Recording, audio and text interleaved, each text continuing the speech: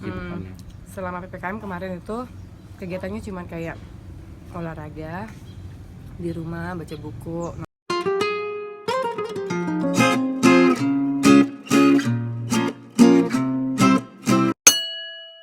Kesibukannya?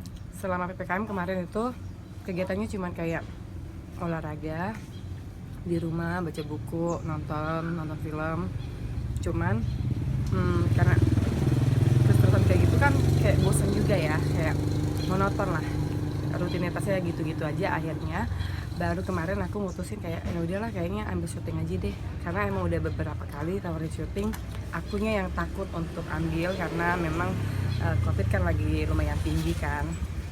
Jadi aku lebih baik nanti dulu tadinya, tapi sekarang karena lihat situasinya, kalau aku nggak ngapa-ngapain, kita juga nggak tahu sampai kapan sih COVID ini mereda situasinya. Ya udahlah, Bismillah aja, aku ambil aja. Yang biasanya kita sibuk banget, waktu untuk di rumah itu jarang, sekarang kebanyakan di rumah aja.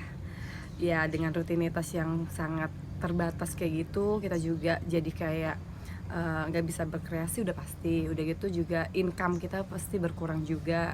Sedangkan tuntutan hidup seperti kayak bayar listrik, bayar pembantu, semuanya tetap harus berjalan. Ya itu bikin kita pasti stres juga.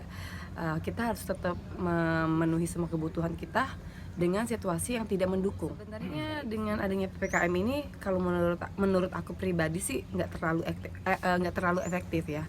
Justru bikin mempersulit banyak orang.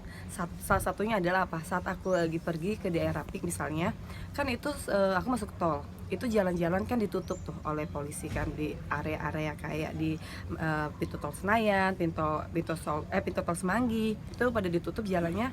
Yang tadinya aku ada meeting di daerah Senayan, karena aksesnya ditutup di area Semanggi, otomatis aku harus muter cari tol yang dibuka. Dan itu tol yang dibuka cuma di daerah Cawang. Itu kan jadi kerja dua kali, harus ke Cawang dulu, lewatin Tebet, baru deh ke Senayan. Jadi kayak wasting time, buang waktu dan gak efektif. Salah satunya itu yang menurut aku gak efektif. Kedua, dengan adanya PPKM ini juga orang juga makin banyak yang pengangguran. Otomatis kan daya beli masyarakat makin berkurang. Dan itu menurut aku nggak akan membuat perekonomian Indonesia ya tepatnya jadi lebih membaik, justru makin memburuk. Teman-teman aku para pengusaha pun aja udah banyak yang mengeluh, itu mereka yang punya asetnya banyak. Apalagi orang-orang yang nggak ada aset, yang benar-benar kerja yang mengandalkan gaji. Itu sih menurut aku harus dipikirkan oleh pemerintah. Harapan kedepannya pemerintah lebih bisa memposisikan diri jika mereka menjadi masyarakat biasa yang hanya bekerja mengandalkan dari gaji. Jangankan per bulan ya, gaji per hari aja itu mereka ada banyak di Indonesia ini, banyak banget yang dapat uang itu per hari.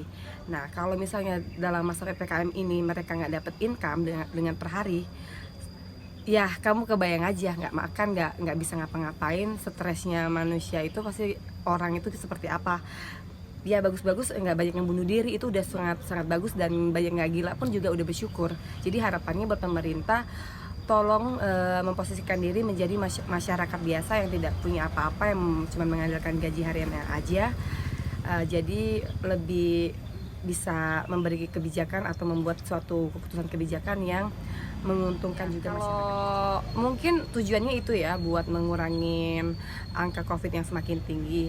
Tapi pada kenyataannya saat PPKM itu dibuat pun kadang naik kadang turun, sama juga saat tidak adanya PPKM. Jadi yang paling penting adalah gimana individunya sendiri membuat protokol kesehatan buat diri dia. Kalau kita udah disiplin sama diri kita sendiri dengan adanya PPKM atau nggak ada PPKM, aku pikir itu bisa teratasin. Jadi PPKM itu nggak terlalu efektif menurut aku, karena itu kembali ke karakter dan dari mentalnya si individu itu sendiri. Ya ini aja, maksudnya kadang-kadang suatu solusi belum tentu benar-benar efektif untuk semua orang. Mungkin untuk sebagian efektif, sebagian besarnya belum tentu. Namun yang pasti selalu minum air putih yang banyak, olahraga, selalu positive thinking, melakukan hal yang baik. Sama juga yang pasti selalu bersyukur. Ya semoga imunnya juga semakin baik pastinya. Iya,